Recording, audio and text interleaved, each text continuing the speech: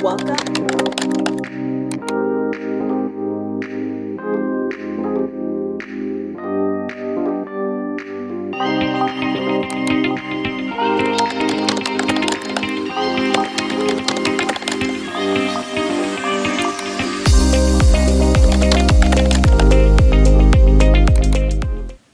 In today's video, we'll be discussing almost 30.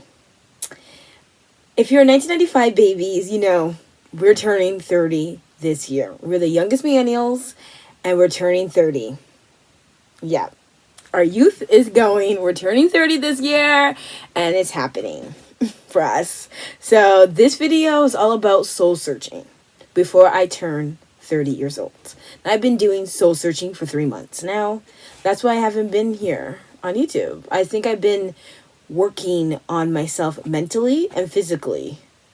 And the process has not been nice. And I have gotten to a place where I think I'm good. I think that I know where I need to go and I'm going to get there. I have to trust the process. And the process takes time. So I have my notes here today. Let's break down doing some deep soul searching before we turn 30. If you're a 1995 baby, this is for you. Let's continue. Okay, number one is let go of the past. I feel like right now, letting go of the past is necessary. I feel like I've been holding on to the past, and the past doesn't exist anymore. It's already been written. It won't be rewritten. It won't be worked on again. It's gone. Once it's written, it's done. It's final. It's history. It will never come back. And I'm learning that I have to let go. The past is the past, and everything I do won't change that. But I could change how I view it. And how I view it is, it doesn't exist anymore. The story's been written. I can't change what's already happened. Letting go is a process. It takes time to let go of everything you have done in your life. It does. It takes time. It's not an easy process. I've done so many things where I'm proud of. I have things that haunt me. I have things that I am super proud of, but still bug me. Some situations that didn't work out. People that didn't work out. There's so much that goes into it, and letting go is a process. It took me time to let go of a few things. I'll tell you a few things I let go. I think I had to let go of my deep insecurity that I'm not good enough. I think I feel like I'm not good enough is sitting in me. I am myself, and I'm happy with myself. I know my limits. I know who I am, and I'm okay with that. And if I get rejected, I know that I am a creative person. I can take care of myself in some aspects of my life. I can get things done. I am creative. I think I did mention that. I'm a very creative person. I'm resourceful. I think that's one thing I should say. I'm a resourceful person. I believe in myself. I'm trusting the process.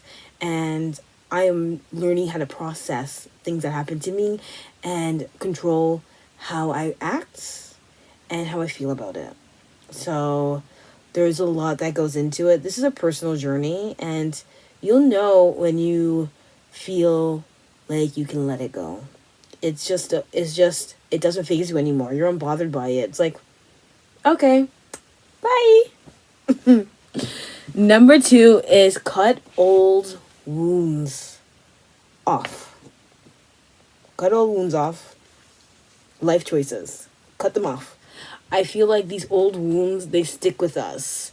And they're like there. Like, they're digging at you. They're like, you're rehashing it in your head. You're like, what could I have done different? What could happen? What like, you gotta cut these off. Cut your feelings off. You gotta cut these choices that you made. You gotta cut these wounds open. You gotta cut them off, you know? Hey, I'm unlucky in love. You know what? I'm not gonna focus on that right now. I'm gonna focus on myself. And then when I'm mentally ready, I'm gonna go back out there and I'm gonna meet somebody, you know, stuff like that. You know, I don't know what I wanna do career-wise. And it's taking a toll on me, and I want to let it go, and I want to see if it comes back to me. I want to cut those feelings off, and if it comes back to me, I'm happy, but I have to move forward. Those are little things that happen to me. I'm really good at talking about it because that did happen to me. So cutting old wounds is something I'm right now doing, and I think that cutting wounds is something I'm going to continue to do throughout my life, because these wounds are sitting with me, and I'm like, I have these deep insecurities that people have passed on to me, or society's passed on to me, and I'm working on towards of not letting them hurt me, not letting them guide me, and focus on them too much. Because if you focus on these things, you're not going to grow, because these wounds are holding you back. And don't let these wounds hold you back, because at the end of the day, they're wounds, and nobody cares at the end of the day that you have them. Only you do. So no, let these wounds go. Let them go. Continue to work on them. It's not going to be done overnight. It takes time. This is a mindset thing. You really have to build a strong mindset and know who you are as a person for it to really work. Number 3, moving forward with a clean slate. You have a clean slate because you're letting everything go. You're not focusing on the negativity. You are letting things go. And if you think about it, you have a clean slate. Every year, you have a clean slate. Every month, you have a clean slate. And you have to see it like that. You have to really, really, really believe that you could change it for yourself. Like, your life can change. You know, yeah, last month was crap, but like, no, this month I could change it. I could write down things in my notebook, open my notebook out, and I could write things down. And I'm like, this is not working, because being self-aware is the only way to really get a clean break. Because you want to stop the old patterns, maybe those old feelings that keep haunting you, maybe that anxiety, that anxiousness, you have to change it. And sometimes you just have to start clean.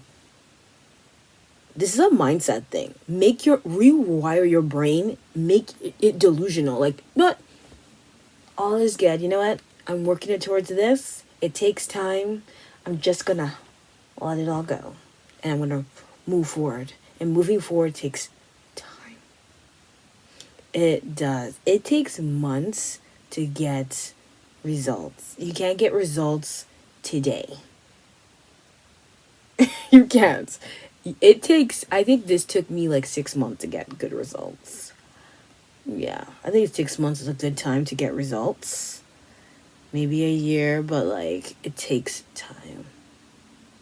So moving forward, rewire your mindset. Number 2, let it all go. Number 3, focus on what's important to you. Number 4, put yourself first. You got to put yourself first. I've been putting myself first, and I feel better.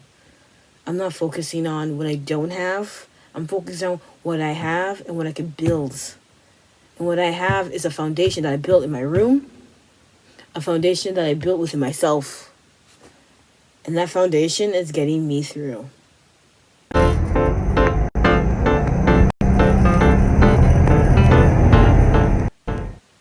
Number 4, this is my experience. So my experience was, I've been jobless for 5 months now, and I've been home, and I've only been out 8 times this year, and it's been a process because I cannot go out because I don't have cash flow. I'm not embarrassed by this because I've been through this multiple times. Trying to be an adult in a society where it hurts to be an adult. And I haven't made it. I'm 29. I still haven't made it. I'm not sad about it anymore. I used to be so hurt by it. And it was an old wound that would cut so deep. I was stressed about it. I thought I was losing it. I think I was gaslighting myself to a point where, like, I was going mental. I was like, you know what? You gotta let it go. It's not important to me. You know, important to me is to fund my lifestyle. I think that's my number one important. That is number one, to fund my lifestyle for the rest of my life is my goal at this point. Okay, so I've been home for 5 months. I've been self-isolating. I've been working on myself. I've been moving on. I've been letting go. And I've been moving forward. I've been putting myself on that pedestal, higher pedestal, working on the things that have value to me. And I've been working in my notebooks. I've been trying to find out what makes me happy, what makes me feel satisfied, where I don't need to be writing in my notebook. I don't need to be telling myself that I need more. Because I think if you go on social media tells you need more. You need to be working harder. You need to be doing this. You need more. You need new projects. You need this. You need side hustles. You need this. You need that. You need this. You need to continue. You need to get up. You need to go. I'm like, that's what social media is telling us every freaking day. And I'm like, you know what? I can't do more, because right now this is the best I can do. And I love myself, and I have to be strong, and society and watching other people will bring you down. I don't compare myself to other people. My circumstances. Your circumstances is your own. I'll never know your circumstances, and it's not my business to know. So I have to live my life and for myself, and I use my circumstances to my advantage. It's not major. I'm not, everything I have to achieve is on my own. There's nobody to really, oh, you need that help? No, you're on your own. If I need something, you're on your own. I'm on my own. And I think being on my own hurts me. Then it hurts me a little bit, because I get back in these situations where, like, I'm down for months, guys. I'm down for months. And I'm like, I'm down for months. Since I left my job in 2022, I've had more time, I have more downtime, which is fun. It was fun at first. Like, no, you have downtime. You don't have to clock in every day at work. But how the economy has changed, the job market has changed. We have new presidents. We have a new prime minister. We have new this. We have new that. Society's changing. A recession might be coming. Like, a lot has changed. And the old playbook that I used to play in my youth, under 29, is not working anymore. I'm in a new territory where, like, I can't use the same things anymore. So I've been self-isolating, and it's a good way to work on yourself and work on your goals. There's no recipe. Everybody can tell you to do this, but it's like, it looks so different for everybody. So you have to find a way to self-isolate, work on your goals, and create it. I can't give you a blueprint, because there really isn't a blueprint to it. It's really you getting your notebook and writing down what you need. Number 5 is reflect on what's next. I feel like I've been doing that for almost 30. I've been reflecting what is next. 30 is definitely going to be something different. You don't want to be going to your 30s same as broke 20-something-year-old girl. I want to be more established financially. I think financial is really the goal in life. And I think that financially you want to be good in life because this economy is not getting better. The government's policies are not getting better. And the only way to really save yourself in today's economy is to have money. But you can't get rich being an employee. And that's hard to hear. Everyone tells you do entrepreneurship or be your own boss, or it's not an easy process to do that. Some people, it happens like that. Some people, they've been struggling. So when it comes to next, there's always gonna be a line where somebody could be here and you could be here, but you're trying to get there, then they go down here and then go 10 times up.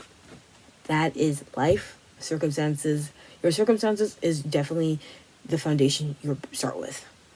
And for me personally, my foundation is a bit rocky. It's a bit rocky. It's a bit rocky. You know, I was in the college bubble for 6 years. I'm 4 years post grad in August, and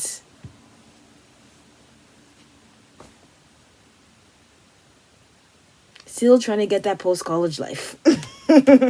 So reflecting is definitely going from what bugs you to what you need.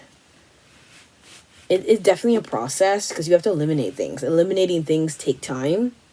I think it took me at least 2 months to like start eliminating things. I'm like, you know what? I can't do this anymore. I can't do this anymore. I need to be satisfied. I need something to satisfy me because I don't want to be in my notebooks continuing to like, I need to brainstorm. I need to do more things. I'm like, no, I need to figure out what I can do long term.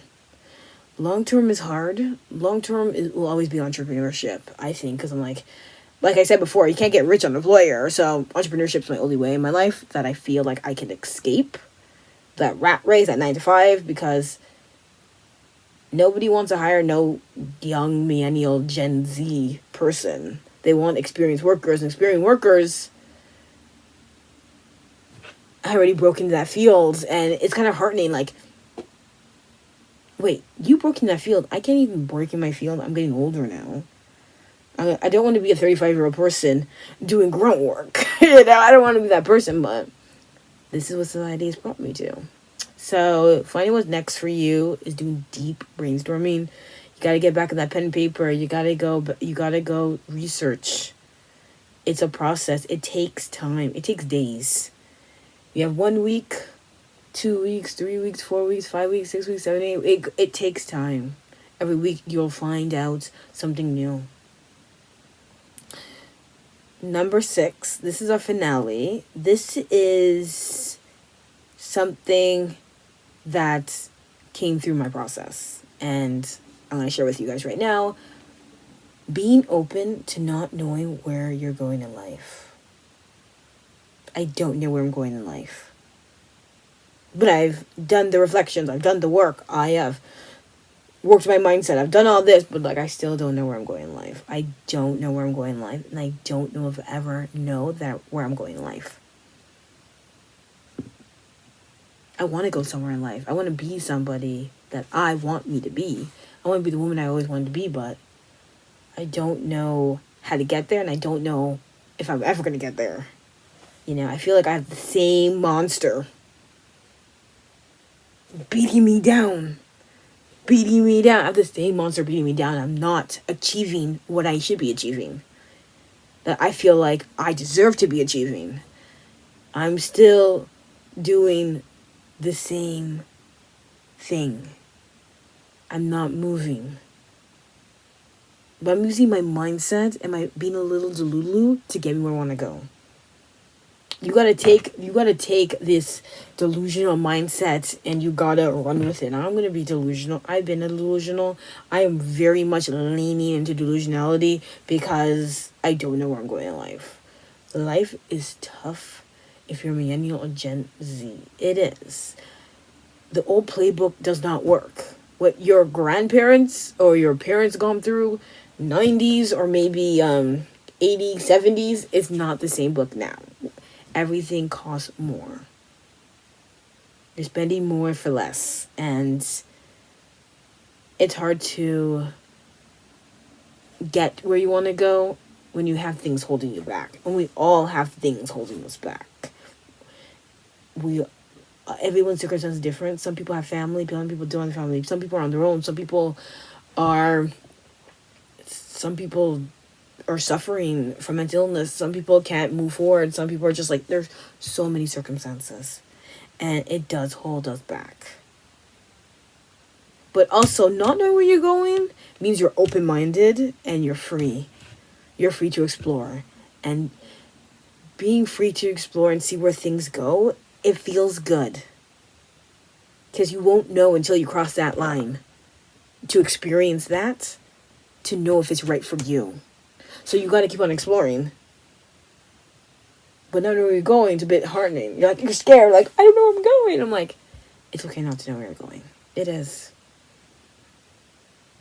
Because what you thought you wanted on the other side is 10 times better. It has to be. Because you put all this open freedomness into the universe, and the universe is listening to you. Because what you manifest comes back to you. It takes time. You may not get everything, but you will get something if you do the work to get there. The universe is always listening, but you have to make it happen. And then one day you're looking in your book. I read a lot of things. And it comes back to you. I'm currently working on this project right now. So, it comes back to you. Thank you for listening to this. This is almost 30. I have so many more videos coming. We're going to talk about it. We're going to explore what almost 30 is, how we're feeling. Please stay tuned. Bye, guys.